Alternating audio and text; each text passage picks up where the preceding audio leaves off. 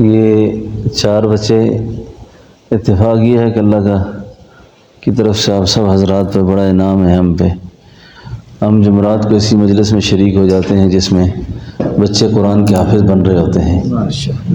تو ماشاءاللہ اس سال میں کافی سارے بچے حافظ ہوئے ہیں.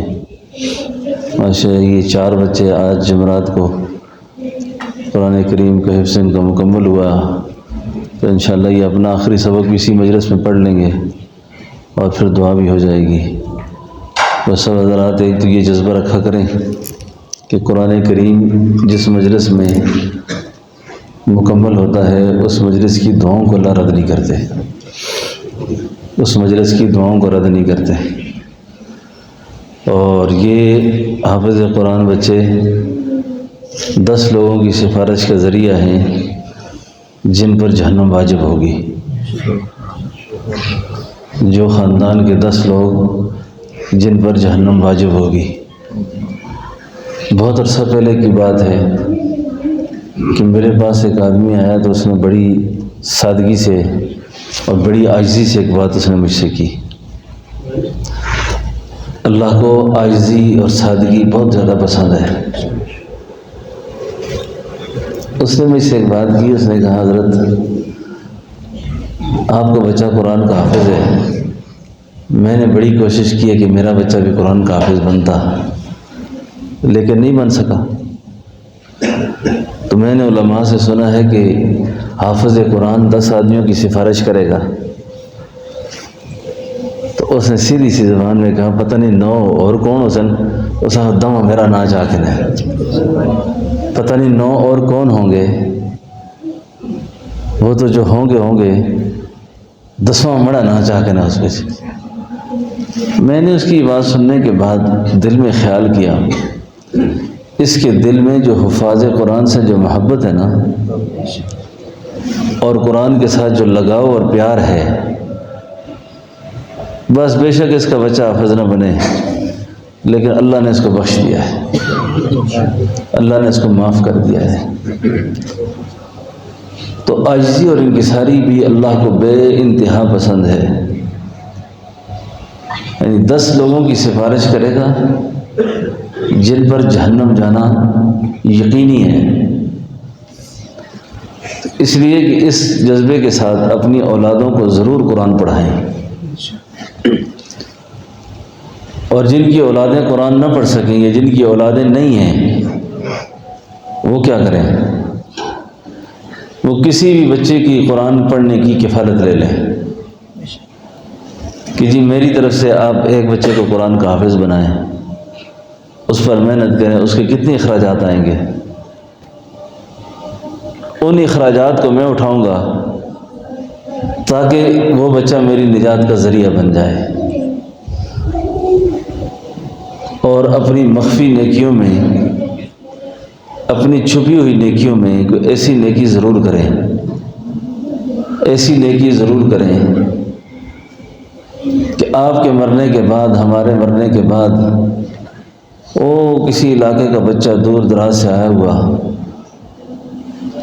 اس کو شاید ہمارا نام بھی یاد نہ ہو لیکن وہ ہمیں دعا میں یاد رکھے گا. یا اللہ فلاں کو بخش دے، اللہ اس کو معاف کر دے، اللہ اس کے درجے بلند کر دے. تو یہ جو معصوم بچے قرآن کریم یاد کرتے ہیں، حفظ کرتے ہیں اور قرآن کریم کا اہتمام کرتے ہیں پڑھنے کا، یہ ملکوں سے، قوموں سے، علاقوں سے اللہ کے غضب اور غصے کو ٹالنے کا ذریعہ ہوتے ہیں.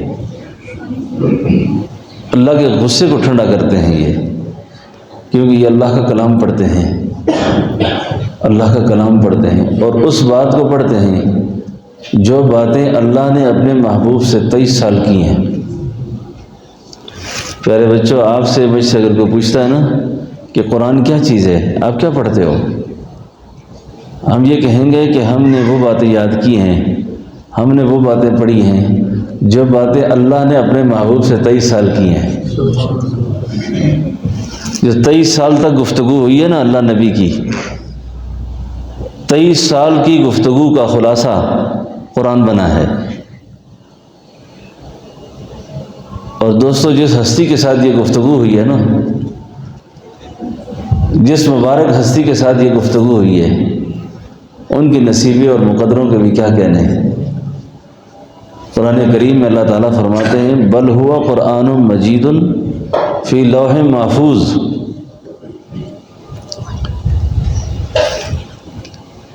مفسرین نے لکھا ہے کہ اللہ تعالیٰ نے جب قرآن کریم کو اتارنے کا فیصلہ فرمایا، اس فیصلے کے وقت اللہ نے آدم علیہ السلام سے لے کر تا قائم قیامت تمام انسانوں کی دلوں کی تختیوں کو جانچا، پرکھا، ٹٹولا کہ کوئی تختی مجھے ایسی ملے جس تختی پر میں اس کتاب ہدایت کو اتاروں۔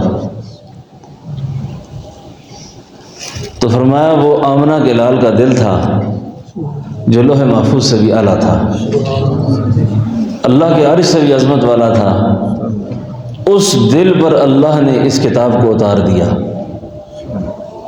اس دل پہ اللہ نے اس کلام کو اتار دیا۔ میں جب حفاظ قرآن بچوں کو دیکھتا ہوں کہ وہ قرآن کریم یاد کرتے ہیں، حفظ کرتے ہیں، تو آپ سب نے اللہ کے نبی کو نہیں دیکھا، میں نے بھی اللہ کے نبی کو نہیں دیکھا۔ آپ کے قلب مبارک پہ اترنے والی اس کتاب کے نزول کے وقت بھی ہم نہیں تھے، لیکن اس پیغمبر کے قلب اطہر پر جو قرآن اترا، اس قلب مبارک کی خیرات ان بچوں کو ملی ہے۔ ان کو دیکھ لیں، ان بچوں کے دلوں میں وہ قرآن آیا ہے، حفاظ کے سینوں میں وہ عظمت والی کتاب آئی ہے۔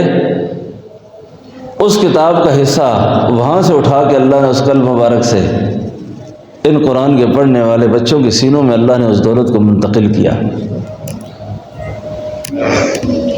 اور جس سینے میں یہ قرآن کی دولت بیٹھتی ہے نا، یہ پسلیاں اللہ کو بہت زیادہ محبوب ہیں۔ ان پسلیوں میں اللہ کی وحی محفوظ ہے، اللہ کی بات محفوظ ہے، اللہ کا کلام محفوظ ہے۔ تو ایک تو سامعین و سامعات یہ جذبہ ضرور رکھنا چاہیے کہ میں نے اپنی اولادوں کو قرآن یاد کرانا ہے، قرآن پڑھانا ہے، اور قرآن کریم کی دعوت دینی ہے، تلقین کرنی ہے۔ اکثر ماں باپ کے دماغوں پہ یہ جو بھوت سوار ہوتا ہے نا انگریزی کا، منع نہیں ہے، اعلیٰ ڈگریاں دلوائیں ان کو۔ میرے کاغذوں میں، میرے حساب میں انگریزی علوم پڑھنے مشکل نہیں ہے۔ قرآن کریم کے حافظ بچے کے لیے تو اتنے آسان ہے کہ اس کی کیسے کیسے مثالیں میں آپ کو دوں کہ جو بچہ قرآن پڑھ لے اس کے لیے یہ ڈگریاں حاصل کرنی کتنی آسان ہوتی ہیں۔ اگر وہ قرآن یاد کر گیا ہے تو اس کا مطلب یہ ہے کہ یہ باقی چیزیں کوئی اس کے لیے مشکل نہیں ہے۔ آپ کے ذہن میں آئے گا نہیں جی قرآن تو پڑھنے والوں کے لیے اللہ نے آسانی کیا ہے، وَلَقَدْ يَسَّرْنَا الْقُرْآنَ لِلذِّكْرِ فَهَلْ مِن مُدَّكِرٍ۔ تو بڑی عجیب بات مفسرین نے فرمائی ہے کہ یہ جو قرآن کی آیت ہر سپارے کے اوپر لکھی ہوئی نا، ہم پڑھنے والوں کے لیے آسان کیا ہے۔ یہ وَلَقَدْ يَسَّرْنَا الْقُرْآنَ لِلذِّكْرِ فَهَلْ مِن مُدَّكِرٍ، یہ قرآن کا فہم ہے، قرآن کا پیغام ہے۔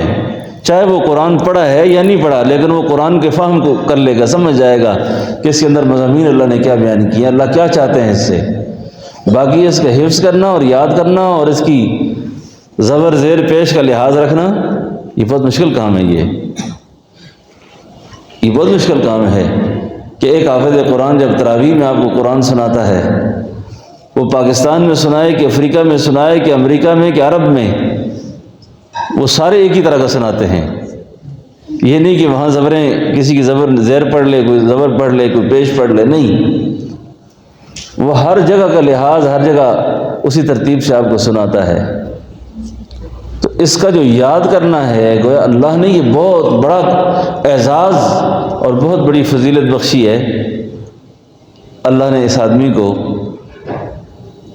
کہ جس کے سینے میں اللہ نے قرآن کو محفوظ کیا ہے۔ تو اپنے جذبات کے اندر، اپنے خیالات کے اندر، اپنی آرزوؤں میں یہ آرزو ضرور رکھنی چاہیے کہ یا اللہ جب میرا جنازہ اٹھے تو میرے سرانے کھڑے ہو کے پڑھنے والے بھی حافظ قرآن ہوں، میرا پڑھانے والے بھی حافظ قرآن ہوں، میری قبر پہ تلقین کرنے والے میری اولاد سے ہوں، یہ اعزاز اللہ مجھے نصیب فرما۔ تو اس کی تمنا اور حسرت کرنی چاہیے بہت زیادہ، اور اس کے لیے کوشش بھی کرنی چاہیے، اور پھر دعا اور التجا بھی کرنی چاہیے، اللہ کو اپنا جذبہ بھی دکھانا چاہیے۔ حضرت ابو طالب مکی رحمۃ اللہ علیہ بہت بڑے شیخ گزرے ہیں اور بہت بڑے صاحب کشف بزرگ تھے۔ اللہ نے ان پہ قبور کے کشف کو کھولا ہوا تھا، قبر کے عذاب کو محسوس کرتے تھے، قبر کے حالات کو اللہ نے ان پہ کھول دیا تھا کہ کس آدمی پر کیا حالت ہوتی ہے۔ بہت بڑی آزمائش کی بات ہے یہ۔ لیکن فرماتے تھے کہ میں ایک قبر سے گزرا تو میں نے اس قبرستان پہ میتوں کو عذاب میں دیکھا، پریشان دیکھا، اور ایک میت پر بڑی تکلیف تھی۔ لیکن چند دن کے بعد جب میرا دوبارہ گزر ہوا تو وہی قبر جنت کا باغ بنی ہوئی تھی، اور وہ میت بڑے آرام سے تھے۔ تو میں نے پوچھا صاحب قبر سے کہ یہ کیا ہوا؟ اس نے کہا میرے بچے نے قرآن کریم کی ایک آیت یاد کی ہے، اور کیا یاد کیا اس نے؟ کہا اس نے صرف یہ بسم اللہ شریف یاد کی ہے، مسجد میں گیا ہے، اس نے امام صاحب سے صرف اتنا یاد کیا ہے، بسم اللہ الرحمن الرحیم۔ اب یہ تلاش کرتے کرتے اپنے اس کشف کو صحیح سمجھنے کے لیے اس گھر تک پہنچے، معلوم کہ یہ قبر کس کی ہے؟ کہا فلاں کی ہے، فلاں کی ہے۔ اس خاتون سے پوچھا کہ آپ کے خاوند کیا کرتے تھے؟ انہوں نے کہا زندگی میں تو اس کے اعمال کو اتنے اچھے نہیں تھے، لیکن میں بچے کی امید سے تھی، اور اس نے وفات سے پہلے مجھے یہ وصیت کی کہ اگر میرا بیٹا پیدا ہوا تو میری بہت بڑی آرزو ہے کہ وہ قرآن کا حافظ بنے، اور اس کو تو نے قرآن کا حافظ بنانا ہے، قرآن کریم یاد کرانا ہے اس کو۔ تو وہ کہنے لگی چند دن ہوئے ہیں کہ میرا بچہ کچھ بولنے کے لائق ہوا ہے، کچھ پڑھنے کے لائق ہوا ہے، تو ابھی صرف مسجد میں جا کر، مدرسے میں جا کر اس نے بسم اللہ الرحمن الرحیم کو یاد کیا ہے۔ تو بسم اللہ شریف کی برکت سے اللہ نے باپ کی قبر سے عذاب کو دور فرما دیا۔ اب مجھے یہ بتائیں کہ جنہوں نے اللہ کی رضا کے لیے اخلاص کے ساتھ پورا قرآن یاد کیا، پورا قرآن یاد کیا، اور حافظ قرآن کا یہ اعزاز، ان فقیروں کا تو دنیا میں یہی ہوتا ہے کہ گلے میں ہاتھ ڈال دو جی، تو کھانا بنا دو، ان کی حوصلہ افزائی کر دو، لیکن اصل اکرام اور اعزاز جب اللہ فرمائیں گے ان کا، اللہ کے حبیب نے فرمایا کہ کہا جائے گا کہ پڑھتا جا اور جنت کے درجوں پہ چڑھتا جا، اور اسی طرح ٹھہر ٹھہر کے پڑھ، جس طرح تو دنیا میں ٹھہر ٹھہر کے پڑھتا تھا، پڑھتا جا اور جنت کے منزلوں پہ چڑھتا جا، جہاں تیرا قرآن کریم مکمل ہوگا وہی تیرا مقام ہوگا۔ ایک تو دوستو، عزیزو، بھائیو، اپنی اولادوں کے لیے قرآن کریم کے حفظ کا، یاد کرنے کا جذبہ رکھنا چاہیے، اور التجا کرنی چاہیے کہ اللہ میری اولادوں کو بھی قرآن کا حافظ بنا، اور میری اولادوں کو قرآن کی دولت نصیب فرما، اور اس کی پھر عملی کوشش بھی کرنی ہے۔ کوشش کیا کرنی ہے؟ کوشش یہ کرنی ہے کہ بچوں کو ایسی درسگاہوں تک پہنچانا، ایسے ماحول تک پہنچانا جس ماحول میں قرآن سیکھتا ہے آدمی۔ یاد رکھیں، ہر کام کو سیکھنے کا، یاد رکھنے کا ایک ماحول ہوتا ہے۔ میں آج کے اس جدید دور کی ان چیزوں کی نفی نہیں کرتا، کہ جو آن لائن ٹیچنگ شروع ہو گئی ہے نا، فائدہ ہو جاتا ہے، لوگوں کو فائدہ ہو جاتا ہے۔ غیر دنیا میں کفار کے ممالک میں رہتے ہیں، رسائی مشکل ہوتی ہے، بعض جگہ مساجد نہیں ہوتی یا پہنچنا مشکل ہوتا ہے، نہ ہونے سے تو کچھ ہونا بہتر ہے، لیکن قرآن کریم کا پڑھنے کا جو مزاج ہے نا، اور دینی علوم کو جو حاصل کرنے کا جو اصل طریقہ ہے، وہ یہ ہے کہ باادب ہو کر، دوزانو ہو کر کسی حامل قرآن کے سامنے بیٹھے، اور اس سے اسی طریقے سے اخذ کرے جس طرح کو اس نے اخذ کیا ہے۔ یعنی صرف ریڈیائی لہروں پر، موبائل کی لہروں پر جو فیض ہے نا، بس وہ کچھ نہ کچھ تو ہو جائے گا، لیکن وہ چیز نہیں ملتی۔ ہر کام کا ایک مزاج ہوتا ہے۔ اس لیے ایک تو اپنی اولادوں کو قرآن پڑھانے کا ذوق شوق بھی، اور ذوق شوق کے ساتھ اس طریقہ علم کو اختیار کرنا جو طریقہ علم صحابہ سے چلا آیا ہے، جو صحابہ کرام سے چل کر آیا ہے، کہ انہوں نے کیسے پڑھا، پھر انہوں نے کیسے پڑھا، انہوں نے کیسے پڑھا۔ اسی طریقے سے ہماری جو قرآن کریم کی سند ہے، علم کی جو سند ہے، دین کی جو سند ہے، اس کا ایک تواتر ہے، تو اسی تواتر کے ساتھ ہم بھی اپنی اولادوں کو اگر قرآن کریم سے جوڑیں گے تو انشاءاللہ اللہ تعالیٰ قرآن کا فیض نصیب فرمائیں گے۔ مرعوب ذہنیت سے بچیں، اچھا مرعوب ذہنیت سے بچیں۔ یہ جو ذہن بن بیٹھا ہے نا جی کہ انگریزی نہ پڑھی، بچوں نے اسکول نہ پڑھا تو کیا کریں گے۔ حدیث نعمت کے طور پہ ایک بات مجھے یاد آئی گئی ہے، آپ کو بڑا حوصلہ ہو جائے گا۔ بچے بیٹھ جاؤ، تھک گیا بچہ۔ اوہ اس کو دیکھو کیا ہو گیا، اس کو پانی دو، اس کو لٹائیں، اس کو نظر لگ گئی ہے اس کو۔ ادھر آؤ، ادھر آؤ، ادھر میرے پاس لاؤ اس کو۔ بسم اللہ، ادھر بٹھاؤ اس کو، بیٹھ جاؤ۔ بسم اللہ الذی لا یضر اسمہ شیء فی الارض ولا فی السماء لا حول ولا قوة الا باللہ۔ یہ ہار ہٹاؤ اسے۔ بسم اللہ الذی لا یضر مع اسمہ شیء والسمیع العلیم لا حول ولا قوة الا باللہ۔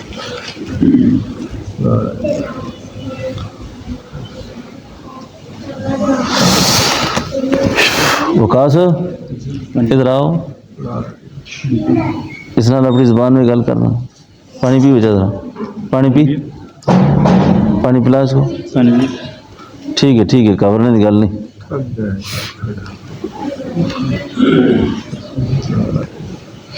اور بھی پانی تھوڑا سا کچھ اس کو رک کے گل اتنا ہوا ہے، کیا گل ہے؟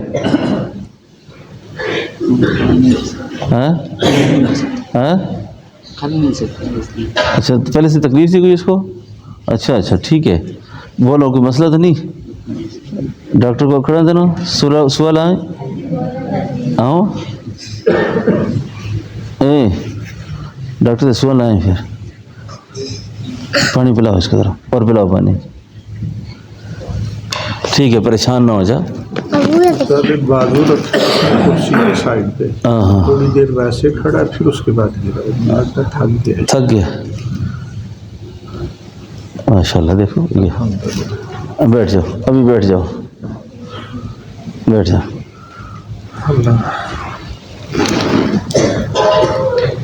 تو مرعوب ذہنیت سے بچے میں شاید یہی بات کر رہا تھا جی، مرعوب نہیں ہونا چاہیے۔ کس بات سے؟ اور جی فلاں اتنی انگریزی پڑھ گیا، اگر میں نے بچے کو مدرسے میں ڈال دیا اس کا اتنا وقت رہ جائے گا، اتنا وقت اس کا ضائع ہو جائے گا۔ یہ ہے مرعوب ذہنیت، مغرب زدہ ذہنیت، متاثر ذہنیت۔ یقین جانیں کہ آپ اس ذہن سے خالی ہو کر، اس ذہن کو پیچھے رکھ کے جذبہ رکھے، جذبہ، ایک تو اللہ آپ کی اولاد کو قرآن بھی دے دیں گے، اور جو کچھ آپ دنیا کے اعتبار سے چاہتے ہیں اللہ وہ بھی دے دیں گے۔ اللہ وہ سب کچھ عطا فرما دیں گے، بس صرف جذبہ اور نیت ٹھیک ہونی چاہیے۔ یقین جانیں ہمارے مرنے کے بعد جو ہمارے ساتھ جو واقعہ پیش آنے والے ہیں نا، یہ جتنے بھی آپ اور میں اپنی اولادوں کے لیے کر رہے ہیں، میڈیکل سائنس پڑھاؤ، انجینئر بناؤ، ڈاکٹر بناؤ، اچھی بات ہے، یہ سارے کام کرنے چاہیے۔ اسلام ان میں سے کسی چیز کی مخالفت نہیں کرتا، لیکن اسلام اتنی زیادہ حوصلہ افزائی بھی نہیں کرتا کہ آپ بس یہی کام کرتے رہیں۔ لیکن میرا ایک دل میں ایک دفعہ خیال آیا کہ انجینئر کا جو کام ہے اور ڈاکٹر کا جو کام ہے، بحیثیت مسلمان کے اگر آپ اور میں یہ بات سوچتے ہیں تو آپ کے سامنے آ جائے گا کہ جب ڈاکٹر پر موت آتی ہے، ڈاکٹر کے باپ پر موت آتی ہے، تو ڈاکٹر آخری وقت کیا کرتا ہے؟ وہ تو اتنا بتا سکتے ہیں جی کہ اس کے جگر میں یہ، اس کی جو کیا کہتے ہیں وہ میکینزم جس کو کہتے ہیں کہ یہ خراب ہو گئے ہیں، اس کو اس طرح ٹھیک کریں گے ہم، اس طرح اس کے یہ علاج ہے، یہ علاج ہے۔ اور جب موت آئی تو ڈاکٹر نے بھی ہاتھ کھڑا کر دیا جی کہ میرا اب اس سے آگے کچھ نہیں ہو سکتا، کیا کریں؟ سورہ یاسین پڑھیں۔ مسلمان یہ کہتے ہیں بس اللہ اللہ کریں۔ اب یہ جو 50-60 سال کی زندگی تھی، انجینئر والی، ڈاکٹر والی، سائنسدان والی، تاجر والی، ملازم والی، یہ تو ہوگی پوری۔ اب یہ جو 60 سال کے بعد جو زندگی موت کے بعد شروع ہونے والی ہے، یہ اتنی طویل زندگی ہے، اتنی طویل زندگی ہے،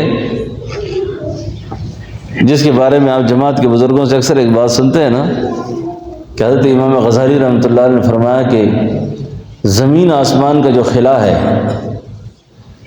زمین آسمان کا جتنا خلا ہے، اس کو سرسوں کے دانوں سے بھر دو، رائی کے دانوں سے، اور 1000 سال کے بعد ایک پرندہ آئے اور اس دانے کو اٹھا کے چلا جائے تو یہ تو گمان کیا جا سکتا ہے کہ یہ دانے ختم ہو جائیں گے،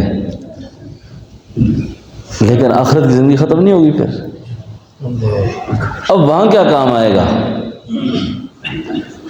وہاں کام آئے گا تو کیا کام آئے گا؟ وہاں تو یہ میرے سارے علوم دنیا کے فن جتنے تھے یہ تو فیل ہو گئے۔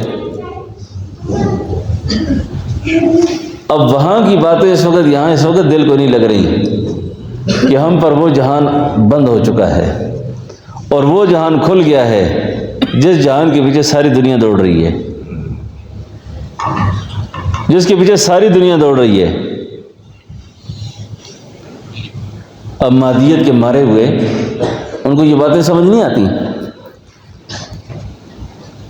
اب میں کئی دفعہ خود ہمارے پاس ایسے لوگ آتے ہیں، ان کا فہم اتنا کم ہوتا ہے کہ ان سے اسلام کی بات کرنا، قرآن کی بات کرنا اس طرح ہوتا ہے جس طرح کسی یہودیوں اور نصرانیوں کے ملک میں بیٹھ کے ہم بات کر رہے ہوتے ہیں، یا کسی یہودی کو ہم سمجھائیں کہ اسلام یہ ہے اور اس کے بعد قرآن یہ چیز ہے۔ یعنی اس درجے پر آ کر ہمیں قرآن کی عظمت بیان کرنی پڑتی ہے۔ کتنے افسوس کی بات ہے یہ کہ ایک مسلمان کو اس طرح سمجھایا آدمی،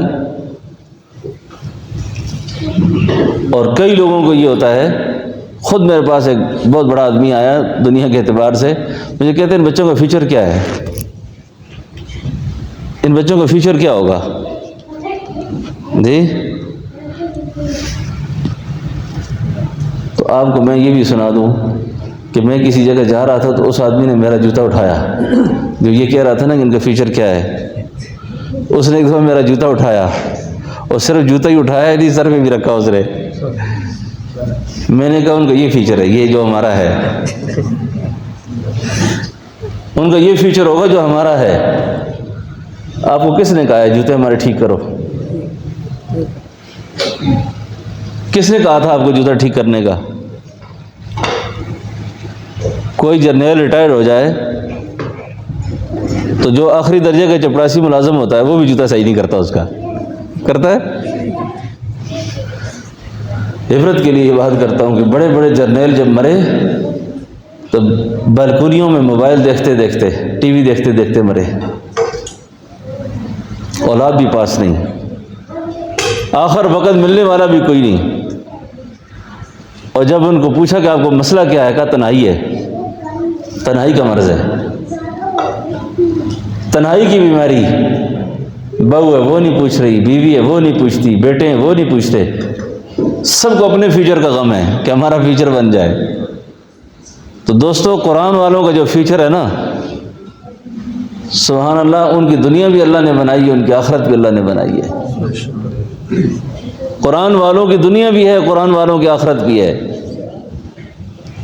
ہمارے قریب زمانے میں ایک بہت بڑے شیخ گزرے ہیں، حضرت شاہ ابرار الحق صاحب، ہردوئی شریف ہندوستان والے۔ اللہ نے ان سے قرآن کی بڑی خدمت کا کام لیا، اور ان کے 3-4 بھائی تھے جو ڈاکٹر تھے، انجینئر تھے۔ اور باپ ان کے بھی بہت بڑے افسر گزرے ہیں اپنے ہندوستان کے. تو جب اخیر زمانہ آیا نا باپ کا،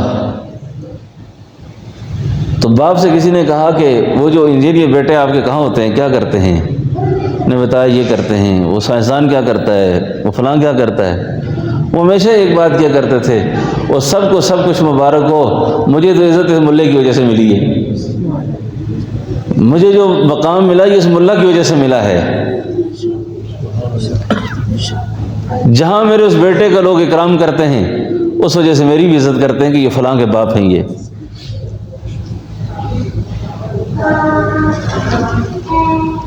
حضرت مولانا طارق جمیل صاحب پریشان ہیں آج کل. ایک جوان بیٹے کا حادثہ ان کے ساتھ پیش آیا، اللہ ان کو صبر دے. انہوں نے ایک دفعہ بڑی عجیب بات کی، کہنے لگے جنرل مشرف صاحب کا جو دور تھا نا، جنرل صاحب نے ایک دن مجھے ناشتے پہ بلایا، اور جرنیل کی جو اکڑ ہوتی ہے وہ تو ہوتی ہے نا، اگر اللہ تعالیٰ اصلاح نہ کرے تو پھر بڑا خطرناک کام ہوتا ہے.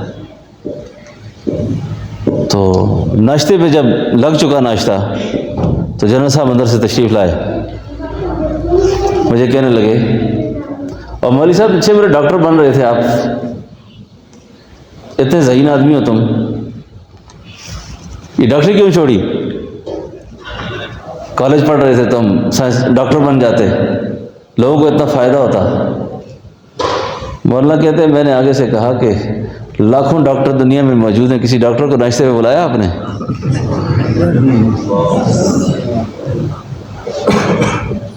لاکھوں ڈاکٹر دنیا میں موجود ہیں، کس کو آپ نے ناشتے پہ بلایا؟ جو آپ کا ذاتی معالج ہے آپ اس کے ساتھ بھی بیٹھ کے ناشتہ نہیں کرنا چاہتے. بات سمجھ آ رہی ہے آپ کو؟ نے کہا جی سمجھ آ گئی ہے مجھے بات. تو اتنی بات بھی کافی ہے عقل والوں کے لیے کہ اللہ نے جو اپنے نام میں عزت رکھی ہے، اللہ نے اپنے قرآن میں جو عزت رکھی ہے، اللہ نے اپنے دین والوں کے ساتھ جو عزت کا معاملہ فرمایا ہے، یہ دولت اللہ نے ہر کے میں کو نہیں دی، ہر شخص کو نہیں دی ہے. بڑے سے بڑا آدمی دیکھ کے لڑ جاتا ہے، بڑے سے بڑا آدمی دیکھ کے کانپ جاتا ہے، یار ان کے سینے میں قرآن ہے. تو اس لیے ایک تو اپنی اولادوں کو قرآن کا شعور پیدا کریں، قرآن کے ساتھ ان کا تعلق پیدا کریں، اور احساس کمتری کا شکار نہ ہو. یہ کہاں سے کھائیں گے، یہ کہاں سے کھائیں گے؟ آج کل ایک بات بڑی عام ہو گئی ہے نا، کسی حافظ قرآن کا، کسی عالم کا رشتہ اگر کسی دنیا دار سے مانگ بیٹھے نا، وہ آگے سے کہتے ہیں یہ ملا کہاں سے کھائے گا، یہ کہاں سے کھائے گا، اس کو رشتہ اگر دے دیں تو. اپنی جگہ بیٹھتے مولوی کھا کھا کے پھٹ گئے، اپنی جگہ کہتے ہیں بہت کھاتے ہیں یہ، جب رشتہ مانگنے کی باری آئے تو کہیں گے کہاں سے کھاتے ہیں یہ، کہاں سے کھلائے گا ہماری بیٹی کو. تو یہ بات بھی ذہن میں رکھیں کہ اللہ نے قرآن والوں کو دین والوں کو، یہ تو کہتے ہیں مولوی زیادہ کھا کر مرا ہے، بھوکا کبھی نہیں مرا، بھوکا نہیں مرا کبھی. وَمَن يَتَّقِ اللَّهَ يَجْعَل لَّهُ مَخْرَجًا وَمَن يَتَّقِ اللَّهَ يَجْعَل لَّهُ مَخْرَجًا وَيَرْزُقْهُ مِنْ حَيْثُ لَا يَحْتَسِبُ. آپ میرے ہو جائیں، آپ کا کام ہے مجھ سے ڈرنا، میرے قرآن کو سینے سے لگانا اور رزق دینا وہاں سے دوں گا جہاں سے تمہیں گمان بھی نہیں ہوگا، وہاں سے دوں گا، وہاں سے کھلایا جائے گا آپ کو، وہاں سے رزق دیا جائے گا آپ کو. تو اس لیے کبھی بھی اس پریشانی میں نہیں پڑنا چاہیے کہ دین پڑھ کر کہاں سے کھائیں گے، دین پڑھ کے وہاں سے کھائیں گے کہ آپ سوچ بھی نہیں سکتے کہاں سے کھائیں گے. یہ اللہ غیب کے خزانوں سے. آپ مدارس کے نظام کو اگر دیکھیں نا دنیا میں اس وقت پورے پاکستان کے اندر کیا جتنے مدارس ہیں، ہمیں سرکاری طور پر 1 پیسہ نہیں ملتا. اور مدارس کو سرکار پیسے دے بھی تو مدارس والے کہتے ہم نہیں لیتے. ایسا عجیب کام دیکھا ہے آپ نے کبھی کہ حکومت کہے پیسے لو یہ تمہارا فنڈ ہے, وہ کہتے ہم نہیں لیتے, اور اس کے بغیر کاپیاں بھی مل رہی ہیں, کتابیں بھی مل رہی ہیں, یونیفارم بھی ملتا ہے, قرآن بھی پڑھ لیتے ہیں اور پڑھ کے فاضل بھی ہو جاتے ہیں اور بڑے بڑے عالم بن جاتے ہیں, نکل کے چلتے ہیں, وہ دنیا میں دین کا بڑا کام کرتے ہیں اور اللہ ان سے کام لیتا ہے. تو یہ اللہ نے قرآن کے ساتھ ایک اعزاز رکھا ہے, قرآن کے ساتھ ایک اعزاز رکھا ہے. یہ جتنے بھی ملک کے اوپر حالات آتے ہیں, زلزلے کے, سیلاب کے, یا مختلف اوقات میں جتنی پریشانیاں آتی ہیں ملک میں, ابھی پچھلے دنوں سیلاب آیا, 25 لاکھ روپے تو ہماری مسجد سے ہم نے غریبوں کو دیا. 25 لاکھ روپے, میں سوچتا ہوں میں نے سارا اس کا ریکارڈ اپنا بینک کا رکھا ہے, 25 لاکھ روپے تقسیم ہوا. اور اسی طریقے سے رمضان میں یہ مسجد, یہ عالم, یہ مولوی کیا کردار ادا کرتے ہیں, یہی کرتے ہیں ہم. اور دوستوں میں آپ سے یہ عرض کروں کہ دین کی اہمیت ہے, ہمارے اندر کچھ بھی نہیں ہے کہ اب تک اللہ نے جو اعتماد دیا ہے مخلوق کو, عورتوں کو, مردوں کو, بچوں کو, بوڑھوں کو, چھوٹے چھوٹے بچے آ کے ہمارے حوالے کر کے چلے جاتے ہیں. کتنا ہی بے بس آدمی ہو اپنا معصوم کسی کے حوالے نہیں کرتا. کئی بار عورتیں یہاں سے گزری, ایک معصوم بچے کو چھوڑ کے چلی گئی,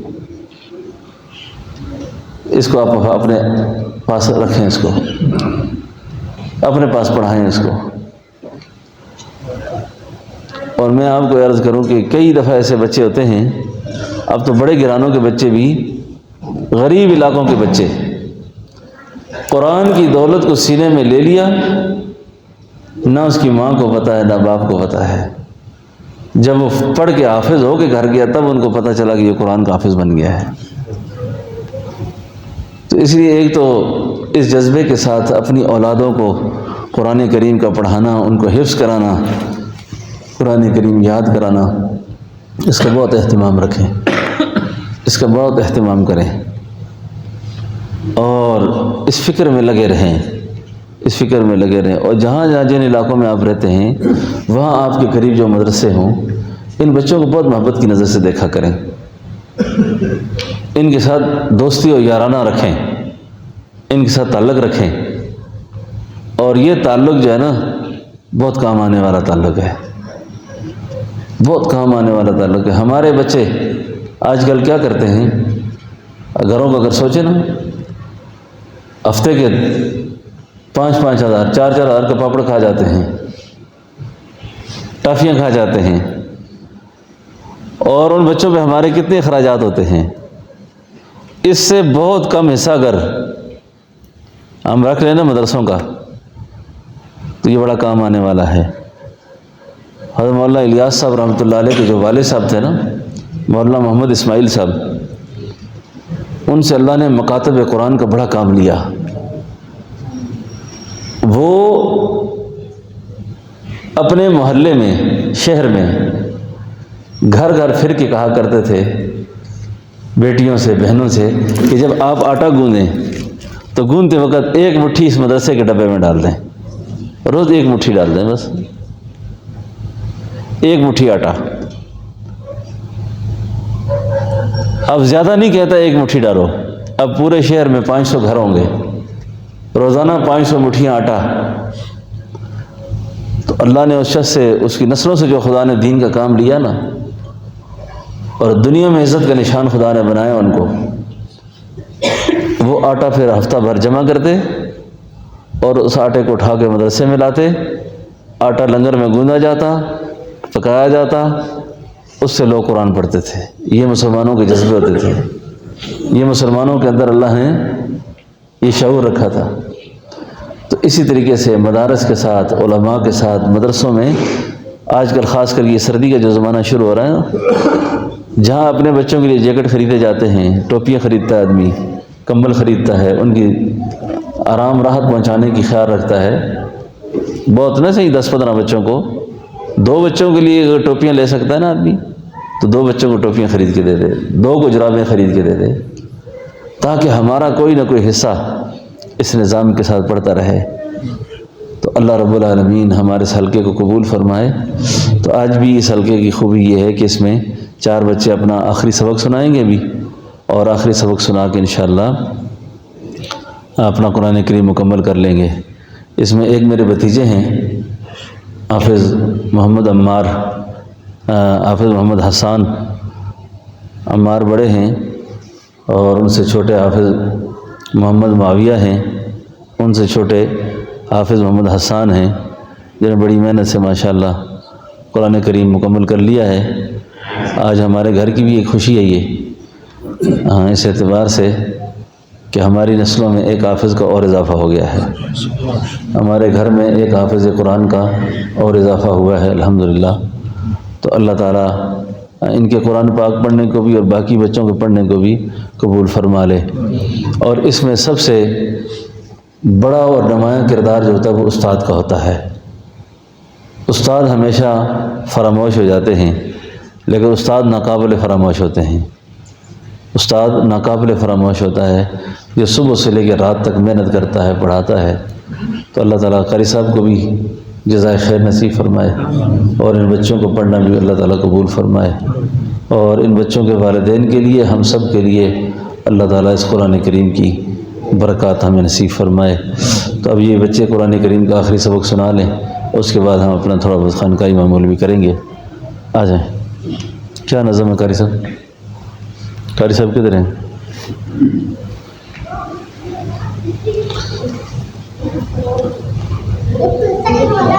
سبق سنائیں گے؟ جی سنائیں، آ جائیں، بیٹھ کے ہی سنائیں، کھڑے نہیں ہو سکتے۔ ہاں ادھر قریب کر دیں۔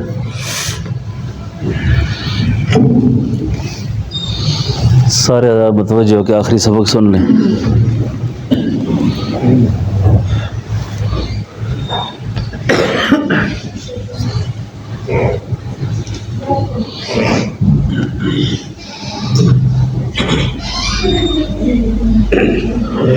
أعوذ بالله من الشيطان الرجيم بسم الله الرحمن الرحيم أم تقولون إن إبراهيم وإسماعيل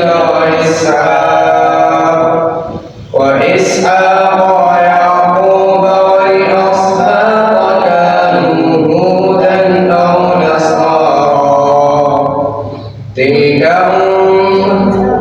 قل أأنتم أعلم أم الله ومن أظلم ممن كتب شهادة عنده من الله وما الله بغافل عما تعملون تلك أمة قد خلت لها ما كسبت ولكم ما كسبتم ولا تسألون عما كانوا يعملون بسم الله الرحمن الرحيم قل أعوذ برب الفلق من شر ما خلق ومن شر غاسق إذا وقب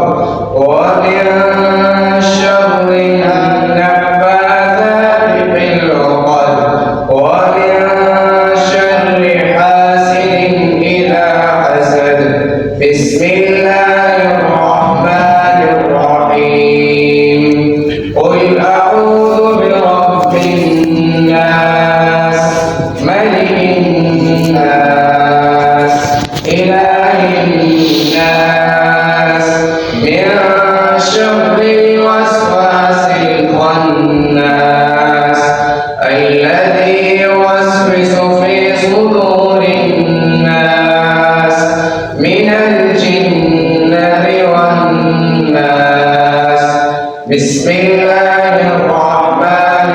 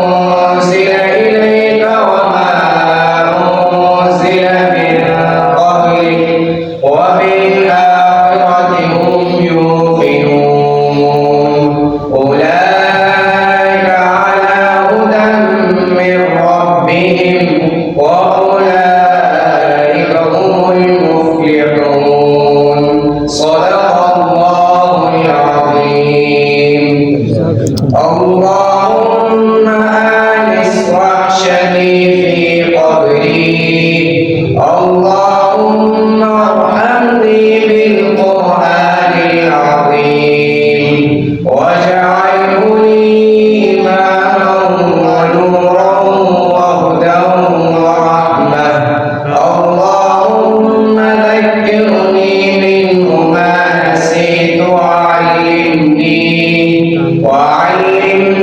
منه ما جهلت وارزقني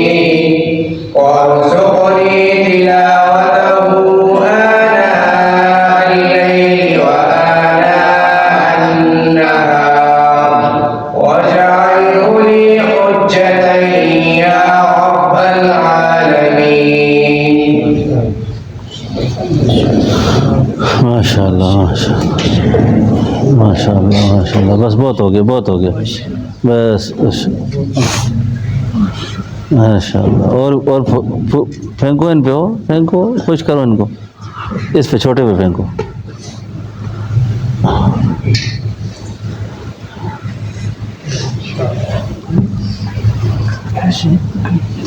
آ جائیں سامنے آ جائیں.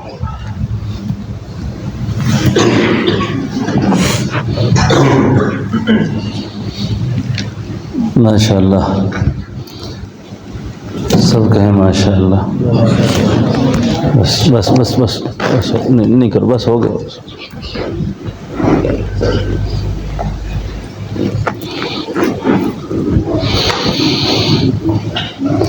کوئی بھی محسوس نہ کرے ان بچوں کو یہی عید ہے یہی خوشی ہے. اچھا ٹھیک ہے نا.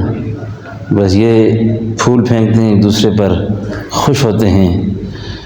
ہمارے بزرگ استاد حضرت سید غلام نبی شاہ صاحب رحمہ اللہ فرمایا کرتے تھے ان بیچاروں کا یہی اکرام ہے.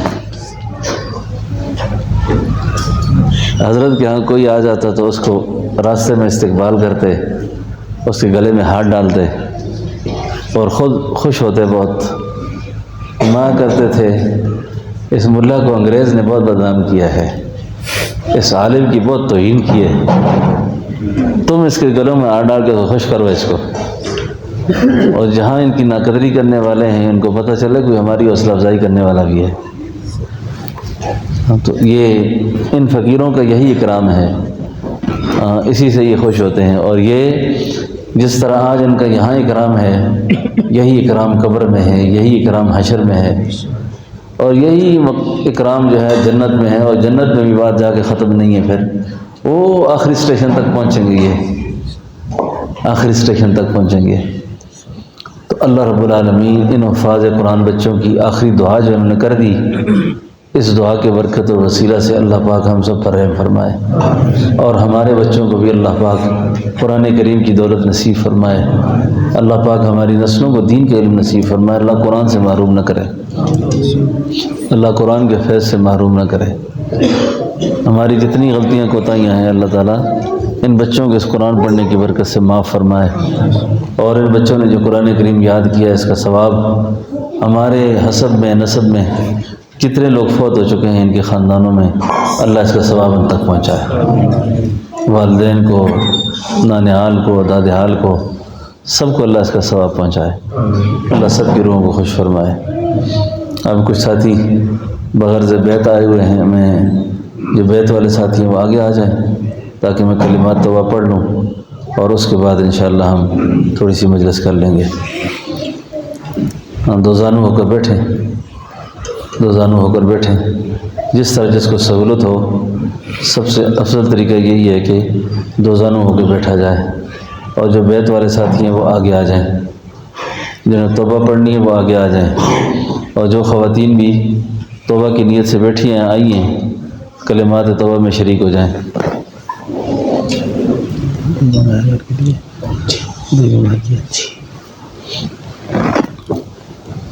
تو میں کلمات توبہ پڑھ رہا ہوں.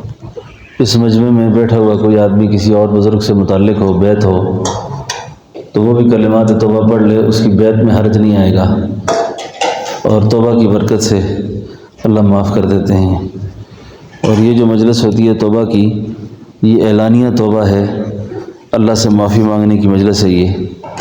اور جو آدمی صدق کے دل سے معافی مانگ لیتا ہے حدیث شریف میں آتا ہے کہ اس کے وہ ایسا ہے جس طرح اس نے گناہ کیا ہی نہیں ہے، اور آج سے پہلے اگر اس نے گناہ کیے تھے لیکن ابھی اس نے توبہ کر لی تو توبہ کی برکت سے وہ بالکل پاک و صاف ہو گیا ہے۔ التائب من الذنب کمن لا ذنب لہ۔ اسی لیے کسی مسلمان کے بارے میں بدگمانی نہیں کرنی چاہیے۔ ممکن ہے کہ اس نے توبہ کر دی ہو، ممکن ہے کہ اس نے اللہ سے معافی مانگ لی ہو، تو آج اس مجلس میں بیٹھے ہوئے جو لوگ معافی مانگ رہے ہیں یہ بخشائے اللہ کے فضل سے اپنے گھروں کو جائیں گے، کیونکہ اللہ کے محبوب کی زبان مبارک پر ہمیں اعتماد ہے کہ آپ نے فرمایا الطاہر من الذنب کمن لا ذنب لہ۔ تو اس لیے کسی مسلمان کو حقیر ذلیل نہیں سمجھنا چاہیے، کسی کو کیونکہ اس نے توبہ کر دی ہو اور توبہ کے بعد اس کا تعلق اللہ سے جڑ گیا ہو۔ تو تمام خواتین بھی جو بغرض بیت آئی ہیں وہ بھی جو بیت کی غرض سے نہیں بیٹھی ہوئی وہ بھی توبہ پڑھ لیں۔ میں کلمات توبہ پڑھ رہا ہوں، اللہ میرے گناہوں کو بھی معاف فرمائے، اللہ آپ کے گناہوں کو بھی معاف فرمائے، اور اللہ ہماری اس توبہ کو پکی اور سچی توبہ بنائے، اور یہی توبہ کی برکت ہمیں قبر میں لے جائے، حشر میں لے جائے، تو اللہ پاک ہمیں کہیں کہ تمہاری توبہ قبول ہو گئی تھی، میں نے تمہیں معاف کر دیا ہے۔ میں جو کلمات پڑھ لوں میرے ساتھ ساتھ پڑھ لیں۔ اعوذ باللہ من الشیطان الرجیم، بسم اللہ الرحمن الرحیم، لا الہ الا اللہ محمد رسول اللہ، اشہد ان لا الہ الا اللہ واشہد ان محمدا عبدہ ورسولہ، آمنت باللہ وملائکتہ وکتبہ ورسلہ والیوم الآخر والقدر خیرہ وشرہ من اللہ تعالی والبعث بعد الموت، استغفر اللہ الذی لا الہ الا هو الحی القیوم واتوب الیہ، استغفر اللہ الذی لا الہ الا هو الحی القیوم واتوب الیہ۔ اللہم صلی علی سیدنا و نبینا و مولانا محمد وبارک وسلم۔ یا اللہ میں توبہ کرتا ہوں کفر سے، شرک سے، بدعات سے، رسومات جاہلیہ سے، توبہ کرتا ہوں حرام خوری سے، حرام کاری سے، چوری سے، چغلی سے، بد نظری سے، تمام برے کاموں سے۔ اے اللہ میری توبہ قبول فرما، اور سلسلہ عالیہ، نقشبندیہ، مجددیہ میں میری اس بیت کو قبول فرما۔ اس طریقہ عالیہ میں آپ حضرات کی بیعت ہو گئی ہے، اللہ تعالیٰ سب کی توبہ کو قبول فرمائے اور اس کو مبارک فرمائے، اور بقیہ زندگی اللہ پاک ہمیں اسلام کے مطابق گزارنے کی توفیق نصیب فرمائے۔ اب میں اپنا روحانی سلسلہ پڑھنے لگا ہوں، روحانی سند۔ حدیث شریف میں آتا ہے کہ اللہ والوں کا ذکر گناہوں کا کفارہ ہوتا ہے، تو ہمارے طریقے میں بیت کے وقت اپنی روحانی سند اور روحانی سلسلہ پڑھا جاتا ہے۔ میں یہ روحانی سلسلہ آپ کو سنا رہا ہوں۔ کئی لوگ بیت ہو جاتے ہیں رسمی قسم کے، ان کو پتہ بھی نہیں ہوتا کس طریقے میں بیت ہوئے اور اس طریقے میں کرنا کیا ہے۔ تو اپنے نام، اپنے شیخ کا، اپنی سند کو یاد رکھنا، شجرے کو یاد رکھنا، اور انہی اولیاء کرام کے توسل سے اپنی دعائیں مانگنا، التجائیں کرنا اللہ سے، یہ ہمارے بزرگوں کے معمولات میں رہا ہے۔ اور شجرہ کی تلاوت اور شجرہ کو یاد رکھنا یہ بھی ہمارے مشائخ کے معمول میں رہا ہے۔ تو کسی مشکل مہم میں اگر کوئی آدمی اپنے بزرگوں کا توسل کرتا ہے اور شجرہ مبارک پڑھتا ہے، میں نے اس دعا کو بہت زیادہ قبول ہوتے دیکھا ہے اور اس کے اثر کو بہت زیادہ محسوس کیا ہے۔ مجھے حضرت شیخ الاسلام مفتی محمد تقی عثمانی صاحب مدظلم کی ایک بات بڑی دل کو لگی کہ بعض لوگوں کو مزاج یہ ہے کہ اولیاء کرام کا توسل جو ہے یہ توحید کے خلاف ہے۔ انہوں نے فرمایا یہ تو عین توحید ہے اور توحید کا اعلیٰ درجہ ہے کہ بندہ اپنے آپ کو اتنا بے بس و بے کس سمجھتا ہے، اپنے اعمال کو اتنا حقیر سمجھتا ہے کہ وہ اپنے آپ کو کوئی شے نہیں سمجھتا، تو وہ اللہ کے مقرر بندوں کا واسطہ وسیلہ پیش کرتا ہے ان کے اعمال کا۔ تو میں نے دیکھا ہے کہ یہ توسل اولیاء جو ہے اس کے بہت زیادہ برکات ہوتی ہیں، بہت زیادہ فوائد ہوتے ہیں اس کے۔ اللہ نہ کرے کسی مشکل میں پھنس جائے آدمی، پریشانی میں، تو یہ توسل اولیاء جو ہے اس کے بہت زیادہ برکات دیکھنے میں آئی ہیں۔ تو شجرہ یاد رکھنا چاہیے۔ ہماری طریقت میں، ہمارے سلسلے میں ذکر کا اذن جو دیا جاتا ہے، اجازت جو دی جاتی ہے، اس میں سلسلہ پڑھا جاتا ہے، اپنا روحانی سلسلہ پڑھا جاتا ہے، اور یہ کبھی اختصار سے پڑھا جاتا ہے، کبھی تفصیل سے پڑھا جاتا ہے، کبھی اوپر سے نیچے پڑھا جاتا ہے اور کبھی نیچے سے اوپر پڑھا جاتا ہے۔ ہر دو طریقوں سے میں نے اپنے بزرگوں کو دیکھا ہے، کبھی اختصار سے دیکھا، کبھی تفصیل دیکھا، اور کبھی اوپر سے نیچے اور کبھی نیچے سے اوپر۔ بہرحال اس کی وضاحت بھی ہو گئی۔ تو یہ شجرہ مبارک جو ہے اس میں ہمارے طریقہ عالیہ نقشبندیہ میں اس سلسلے کا جو سب سے بڑا اور اہم ذکر، وہ ذکر اسم ذات ہے، اللہ اللہ اللہ۔ ہمارے حضرت جی صاحب رحمۃ اللہ علیہ فرماتے تھے یہ قول مشترک ہے، اور اللہ کو یہ ذکر بہت زیادہ محبوب ہے۔ اس کی اہمیت اور فضیلت یہ ہے کہ اللہ نے دوسری وحی میں یہ اذن اللہ نے اپنے نبی کو دیا، اپنے محبوب علیہ السلام کو جو دوسری وحی میں جو اذن دیا نا، اجازت دی، وہ اس ذکر کی دی، وَاذْكُرِ اسْمَ رَبِّكَ۔ میرا محبوب پیغمبر نبی جی آپ مجھے یاد کریں میرے نام سے۔ تو آپ اللہ کا نام کیا ہے؟ اللہ اللہ اللہ، یہ آپ کا نام ہے، اس نام سے یاد کرنا ہے، اور یہ ذکر آپ کو وظیفہ قلبی بھی کرنا ہے اور یہی ذکر زبانی بھی کرنا ہے۔ اور اس کی مقدار جو ہے نا، جب قلب جاری ہو جاتا ہے، بزرگوں نے لکھا ہے کہ 1 منٹ میں 72 دفعہ یہ دل اللہ اللہ کرتا ہے، 1 منٹ میں 72 دفعہ، اور 24 گھنٹے یہ دل اللہ کی حرکت کرتا ہے۔ اور جس کی معمولی سی حرکت جب بند ہو جائے گی نا، تو پھر ہم کہیں گے جی حرکت قلب بند ہونے سے فلاں کا انتقال ہو گیا۔ یہ جو حرکت قلب بند ہو جاتی ہے نا، تو یہ جب روح کے ذکر پہ محنت ہوتی ہے نا، تو یہ حرکت قلب بند نہیں ہوتی، پھر یہ حرکت قلب یہاں بھی جاری رہتی ہے اور قبر میں بھی جاری رہتی ہے، اور ایسی جاری رہتی ہے کہ اگر وجود اس کا مٹی میں ختم بھی ہو گیا تو وہ مٹی بھی قیامت تک اللہ اللہ کرتی ہے۔ بات سمجھ گیا نا؟ تو اس لیے ایک تو دل پر اس نام کی محنت، اگر زبانی کرنا ہے ذکر تو بھی اس طریقے سے کرے آدمی، اللہ اللہ اللہ، یعنی زبان اور دل دونوں کو شامل کر دے۔ اور پھر منتہی کا جو ذکر ہے وہ قلب کا ذکر ہے، تسبیح کا نہیں ہے، اور قلب کے ذکر سے فنا نصیب ہوتی ہے، قلب کے ذکر سے فنا نصیب ہوتی ہے، لیکن تسبیح کی بھی اپنی جگہ کی اہمیت ہے، تسبیح کی اہمیت کو بھی بندہ رد نہیں کر سکتا۔ بات سمجھ گئے میری؟ لیکن ہمارے طریقے میں تسبیح کو مشائخ نے اتنی اہمیت نہیں دی جتنی قلب کو دی ہے۔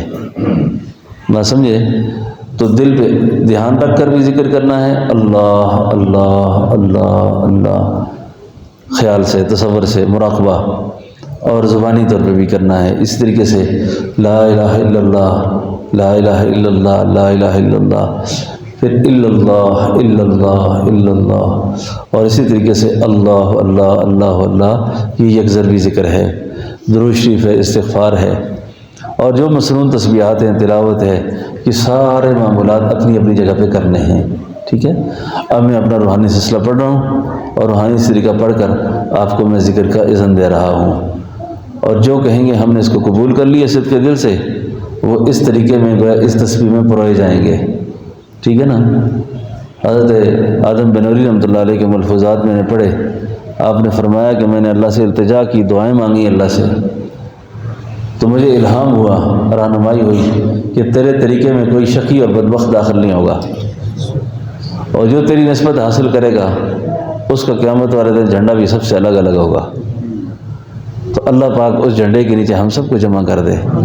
یہ ساری جتن اور ساری کوششیں ہماری موت کو سیدھا کرنے کے لیے ہیں، آخرت کو سیدھا کرنے کے لیے۔ گناہ گار ہیں ہم، خطا کار ہیں، ہو جاتی ہیں غلطیاں، کوتاہیاں ہو جاتی ہیں۔ انسانیت کا تقاضا یہ ہے کہ آدمی غلطیاں کرتا ہے، ہو جاتی ہیں، لیکن معافی مانگتا رہے آدمی۔ تو نسبت کی برکات یہ ہوتی ہیں کہ آدمی کسی نہ کسی وقت اللہ اس کو اپنے فضلوں سے واپس جوڑ دیتا ہے، معافی کی توفیق دے دیتا ہے، اور جب وہ گناہ کرتا ہے، غلطی کرتا ہے، تو اس کو اندر کا مفتی اسے یہ سمجھا دیتا ہے کہ تجھ سے کوئی غلطی ہو گئی ہے۔ نسبت کی اور برکت اگر کوئی حضرت تھانوی فرمایا کرتے تھے کسی پر نہ بھی کھلے، تو یہ جو برکت ہے نا کہ بندہ گناہ کو گناہ سمجھنے لگ گیا ہے، اور جب بندہ بیمار ہو اور بیمار اپنے آپ کو بیمار سمجھے تو کوئی نہ کوئی فائدے کی شکل اس کی نکل آئے گی، لیکن اگر بیمار ہو اور اپنے آپ کو بیمار نہ سمجھے تو پھر اس کا انجام موت ہی پہ ختم ہوگا، علاج نہیں ہو سکے گا۔ تو میں اپنا ذرا روحانی سلسلہ پڑھ رہا ہوں، آپ ذرا خاموشی سے توجہ سے سنیں اس کو صرف۔ یہ جس طریقہ عالیہ میں آپ کو بیعت کیا گیا، یہ طریقہ عالیہ نقشبندیہ مجددیہ بنوریہ، اس میں ذکر اسم ذات کا اذن اور وظیفہ اللہ جل شانہ نے دوسری وحی میں نبی پاک صلی اللہ علیہ وسلم کو یہ دولت عطا فرمائی، اور نبی پاک صلی اللہ علیہ وسلم نے یہ روحانی طور پر اس دولت کو سیدنا ابوبکر صدیق رضی اللہ عنہ کو منتقل فرمایا۔ سیدنا ابوبکر صدیق رضی اللہ عنہ سے یہ دولت سیدنا سلمان فارسی رضی اللہ عنہ کو پہنچی، یہاں تک صحابہ ہیں۔ سیدنا سلمان فارسی یہ صحابہ تک، اس کے بعد تابعین کا دور شروع ہوتا ہے۔ پھر سیدنا سلمان فارسی رضی اللہ عنہ سے یہ دولت سیدنا حضرت قاسم رحمۃ اللہ علیہ کو پہنچی، یہ پوتے ہیں سیدنا ابوبکر صدیق رضی اللہ عنہ کے، ان سے یہ دولت حضرت جعفر صادق رحمۃ اللہ علیہ کو پہنچی، اور حضرت جعفر صادق رحمۃ اللہ علیہ سے یہ دولت حضرت بایزید بستامی رحمۃ اللہ علیہ کو پہنچی۔ بایزید بستامی رحمۃ اللہ علیہ سے یہ دولت روحانی طور پر حضرت ابوالحسن خرقانی رحمۃ اللہ علیہ کو پہنچی، اور ان سے یہ باطنی روحانی دولت عظمیٰ حضرت خواجہ عبدالخالق اجدوانی رحمۃ اللہ علیہ کو، حضرت خواجہ ابو علی رامیتنی رحمۃ اللہ علیہ، اور ان سے سینہ بسینہ یکے بعد دیگر یہ باطنی روحانی دولت عظمیٰ حضرت خواجہ عارف ریوگری رحمۃ اللہ علیہ کو، اور ان سے یہ باطنی روحانی دولت عظمیٰ یکے بعد دیگر سینہ بسینہ حضرت خواجہ شمس الدین امیر قرار رحمۃ اللہ علیہ کو، اور ان سے یہ دولت حضرت خواجہ بہاؤالدین اولیاء نقشبند رحمۃ اللہ علیہ کو، اور ان سے یہ دولت حضرت خواجہ محمد یعقوب جرخی رحمۃ اللہ علیہ کو، اور ان سے سینہ بسینہ یہ باطنی روحانی دولت عظمیٰ حضرت خواجہ عبید اللہ احرار رحمۃ اللہ علیہ کو، حضرت خواجہ عبید اللہ احرار سے یہ دولت حضرت خواجہ امکنگی رحمۃ اللہ علیہ کو، ان سے حضرت خواجہ محمد زاہد رحمۃ اللہ علیہ کو، اور ان سے یہ باطنی روحانی دولت عظمیٰ حضرت خواجہ باقی باللہ رحمۃ اللہ علیہ کو، اور ان سے یہ باطنی روحانی دولت عظمیٰ اللہ اکبر امام ربانی حضرت مجدد الفسانی شیخ احمد سرندی مجددی فاروقی رحمۃ اللہ علیہ کو یہ دولت پہنچی۔ ان سے یہ دولت حضرت سید آدم بن نوری رحمۃ اللہ علیہ، اور ان سے یہ دولت حضرت سعدی لاہوری رحمۃ اللہ علیہ، ان سے یہ باطنی روحانی دولت عظمیٰ حضرت بابا جی اٹک والے حضرت یحییٰ اٹکی رحمۃ اللہ علیہ، اور ان سے یہ دولت سینہ بسینہ یکے بعد دیگر ان کے صاحبزادہ گرامی حضرت حافظ عبدالشکور رحمۃ اللہ علیہ، اور ان سے یہ باطنی روحانی دولت عظمیٰ حضرت حافظ عبدالرزاق رحمۃ اللہ علیہ، اور ان سے یہ دولت حضرت بابا محمد صفا رحمۃ اللہ علیہ، ان سے یہ باطنی روحانی دولت عظمیٰ حضرت خواجہ فقیر محمد حشنوی رحمۃ اللہ علیہ، اور ان سے یہ دولت ہمارے دادا مرشد حضرت خواجہ شمس الدین سید پوری رحمۃ اللہ علیہ کو پہنچی۔ ان سے یہ باطنی روحانی دولت عظمیٰ میرے پیر مرشد خواجہ خواجگان حضرت خواجہ پیر عبدالحی صاحب نقشبندی رحمۃ اللہ علیہ کو پہنچی۔ ان سے یہ باطنی روحانی دولت عظمیٰ 32ویں واسطے سے رسول اللہ سے مجھ گناہگار کو پہنچی۔ میں نے اللہ کے حکم سے جن حضرات نے صدق کے دل سے توبہ کی ہے اور اس طریقہ عالیہ میں داخل ہوئے ہیں، ان کو میں نے اس ذکر اس میں ذات کی اسم اعظم کی اجازت دی اپنے شیخ کے اذن سے. انہوں نے فرمایا تھا کوئی بندہ خدا جب آپ سے اللہ کا نام پوچھے تو میرے اذن سے اس کو نام بتا دینا ہے. تو یہ ذہن میں رکھیں، یہ بڑی مضبوط نسبت ہے اور بڑی قوی تعلق اللہ سے. بس جن کو کرتے دیکھا ہے انشاءاللہ ان کو بدلتے دیکھا ہے. اللہ اس نسبت میں ہمارا خاتمہ کرے، بڑی عالی نسبت ہے. اللہ تعالیٰ گمراہ ہونے سے بچائیں گے. تو میں نے 32ویں واسطے سے جو ذکر کی دولت مجھے پہنچی تھی، میں نے اللہ کے حکم سے اس ذکر کا اذن آپ سب کو دے دیا. آپ کہیں ہم نے اس کو قبول کر لیا. کرنے کا طریقہ یہ ہے، زبانی بھی کرنا ہے اور قلبی بھی کرنا ہے. اب تھوڑی دیر آنکھیں بند کر کے دل کے اوپر تصور کر لیں. اس کو ذکر اور مراقبہ دونوں دل کے اوپر خیال رکھیں کہ اللہ کا مبارک نام دل پہ لکھا ہوا ہے اور میں اس نام کو پڑھ رہا ہوں. عورتیں خیال رکھیں کہ میں اس نام کو پڑھتی ہوں اور دل کی زبان سے کہہ رہی ہوں اللہ اللہ اللہ.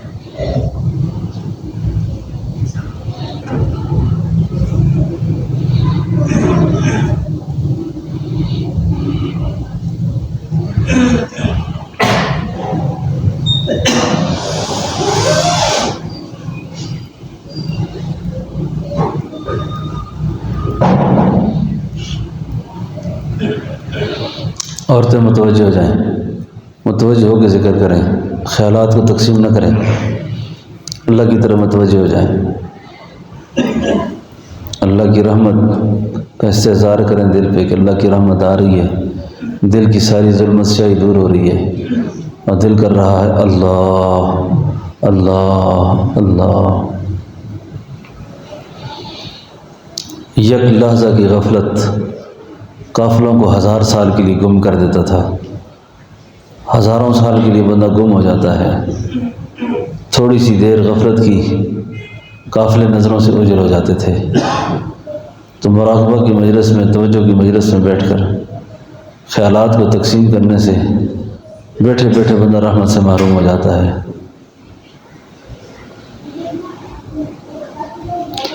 اللہ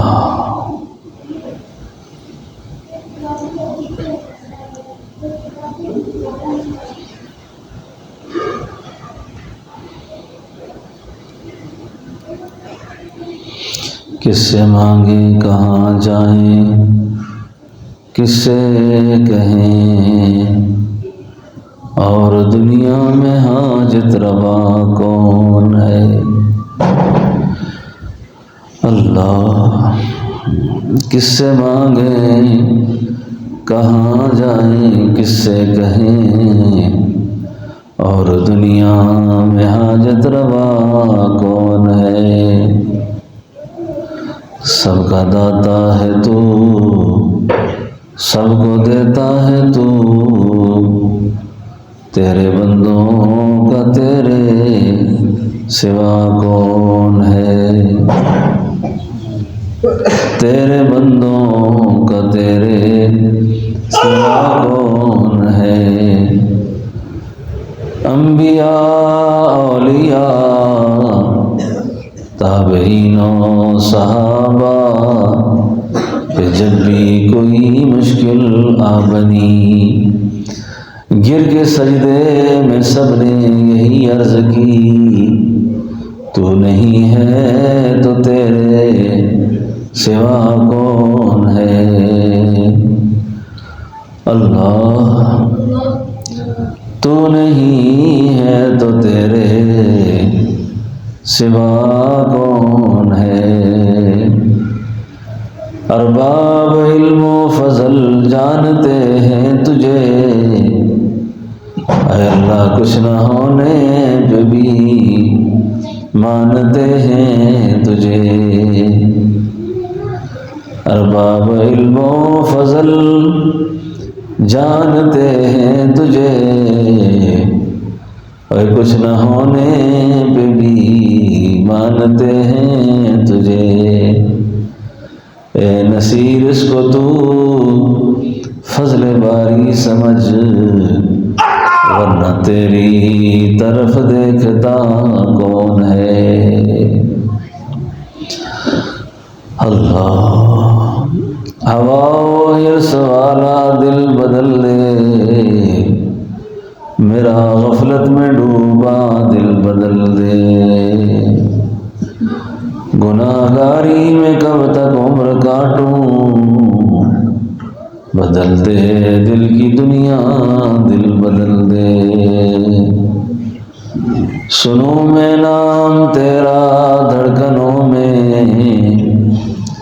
سنوں میں نام تیرا دھڑکنوں میں، مزہ آ جائے مولا دل بدل دے، مزہ آ جائے مولا دل بدل دے۔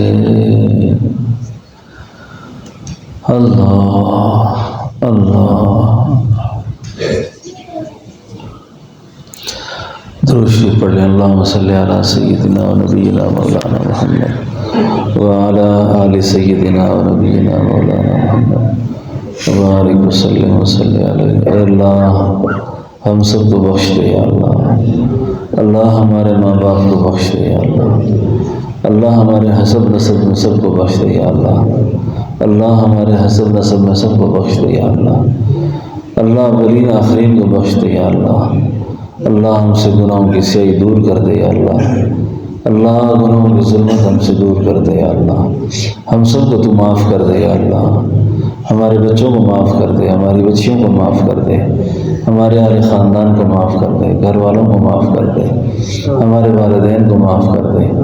اے اللہ اس سارے مجمع کو بخش دے یا اللہ، اس سارے مجمع پہ اپنے فضل کر دے یا اللہ، بری موت سے برے انجام سے اللہ سب کو بچا دے یا اللہ، بری موت سے برے انجام سے اللہ سب کو بچا۔ اللہ کسی کو محروم نہ فرما، کسی کو ضائع نہ فرما، کسی کو تنگدست نہ رکھ یا اللہ، کسی کو مقروض نہ کر۔ اے اللہ عزت کی زندگی نصیب فرما دے اللہ سب کو، سعادت کی زندگی نصیب فرما دے یا اللہ، فلسطین کے شہداء کی شہادتوں کو قبول کر دے یا اللہ، غزہ کے مسلمانوں کی اللہ مدد فرما دے یا اللہ، فلسطین مسجد اقصی کو اللہ آزادی نصیب کر دے یا اللہ، یہود اور نصارہ کے ساری سکیموں کو ناکام کر دے یا اللہ، کفار کی ہر تدبیر کو اللہ ناکام کر دے یا اللہ، اللہ مسلمانوں کو فتح مبین نصیب کر دے یا اللہ۔ تانا دیں گے بت کے پجاری کے مسلم کو خدا کوئی نہیں، یا اللہ ہم بے بسی کے عاجزی اور انکساری کے سوا ہمارے پاس کچھ نہیں ہے یا اللہ، یا اللہ تو فلسطین والوں کی مدد کر دے یا اللہ، تو ان پہ مہربانی کر دے یا اللہ، اللہ تو رحم کر دے یا اللہ، کفار کو شکست دے دے یا اللہ، اللہ یہودیوں کو ذلیل کر دے یا اللہ، اللہ رسوا کر ان کو خدایا، اسلام کا بول بالا کر دشمن کا منہ کالا کر، اسلام کا بول بالا کر دشمن کا منہ کالا کر۔ اے اللہ اپنے خاص فضل و کرم سے مجاہدین اسلام کی مدد فرما دے یا اللہ، اللہ مجاہدین کی مدد فرما دے یا اللہ، مجاہدین کی مدد کر دے یا اللہ، جتنے دین کے شعبے دنیا میں کام کر رہے ہیں اللہ سب کو ترقیاں نصیب کر دے یا اللہ، اللہ ہمارے اس مدرسے کو کامیاب کر دے، خانقاہ کو کامیاب کر دے۔ جن بچوں نے یا اللہ آج قرآن کریم یاد کیا یا اللہ، جو لوگ ان کے معاون ہیں یا اللہ، معاونت کا ذریعہ ہے، جامع دل میں سکھ نے یا اللہ جو ان کی خدمت کرنے والے ہیں اللہ ان کو کامیاب کر دے یا اللہ، اللہ ان بچوں کے ساتھ جو راشن کی مد میں تعاون کرتے ہیں، ان کے لباس میں تعاون کرتے ہیں، اساتذہ کی تنخواہوں میں تعاون کرتے ہیں، باقی خدمتوں میں حصہ لیتے ہیں یا اللہ ان بچوں کو ان کے لیے ذریعہ نجات بنا اللہ، دنیا آخرت میں عزت کا ذریعہ فرما ان کے لیے یا اللہ۔ اپنے خاص فضل و کرم سے اس مجمع میں بیٹھے ہوئے یا اللہ ان قرآن کے حافظوں کی برکت سے اللہ ہماری ظلمت کی سیاہی ہم سے دور فرما، ہم سب کو معاف فرما، ہم سب کو درگزر کر دے یا اللہ، ہم سب کو معاف فرما، ہم سب کو درگزر کر یا اللہ۔ ہم سے، ہمارے بچوں سے، اولاد سے، اہل اولاد سے اللہ راضی ہو جا، اللہ سب سے راضی ہو جا۔ جن دوستوں نے دعاؤں کا کہا لکھا، ہم سے دعا کی امید رکھی یا اللہ، یہ ساری دعائیں ان کے حق میں قبول فرما۔ اللہ ہمیں معذور نہ کر، محتاج نہ کر، تنگ دست نہ کر، پریشان نہ کر یا اللہ۔ اپنے فضلوں سے جب تک زندگی اللہ برکت و عافیت دے، جب دنیا سے جانے کا وقت ہو تو یا اللہ اس وقت تک بلانا جب تک تو راضی نہ ہو جائے یا اللہ، اللہ اس وقت تک نہ بلا جب تک تو راضی نہ ہو جائے۔ اللہ ایک درخواست ہے، ہمیں فالج سے بچا، کوڑ سے بچا یا اللہ، معذور ہونے سے بچا، محتاج ہونے سے بچا، شرم و حیا والی بیماریوں سے بچا اے اللہ۔ جو اعضاء کسی کو دکھا نہیں سکتا یا اللہ، ان معذوریوں سے ہماری حفاظت فرما اے اللہ۔ ہمارے ایسی شرم و حیا والی بیماریاں اللہ ان سے ہماری حفاظت فرما اے اللہ، ہماری حفاظت فرما اللہ، ہماری حفاظت فرما۔ جن دوستوں نے یا اللہ دعاؤں کا کہا ہوا ہے یا اللہ ان کی حفاظت فرما۔ کچھ حضرات میرے چچا کی تعزیت کے لیے فون کر رہے ہیں، دعائیں کر رہے ہیں، اللہ ہمارے چچا بزرگوار کی مغفرت فرما اللہ، ان کے درجات کو بلند فرما، ان کی قبر کو جنت کا باغ بنا۔ اس مجلس میں جتنے لوگ ان کی تعزیت کی نیت سے آئے ہوئے ہیں یا اللہ، ان کی تعزیت کو قبول فرما یا اللہ۔ ان کو قبر میں کروٹ کروٹ راحت نصیب فرما اللہ، ان کو جنت کا الفردوس کے بالا خانوں میں اعلیٰ مقام ان کو نصیب فرما۔ ہمارے سب کے والدین جو فوت ہو گئے اللہ، سب پر رحم فرما۔ ہماری جتنی نیکیاں اللہ ان کے حق میں قبول فرما کہ ان کے درجات کو اور زیادہ بلند فرما۔ ہمارے مشائخ کے حق میں قبول فرما۔ صلی اللہ تعالیٰ علی خیر خلقہ محمد وعلی آلہ وصحبہ اجمعین۔ سب ٹھیک کر لیں، صفیں ٹھیک کر لیں۔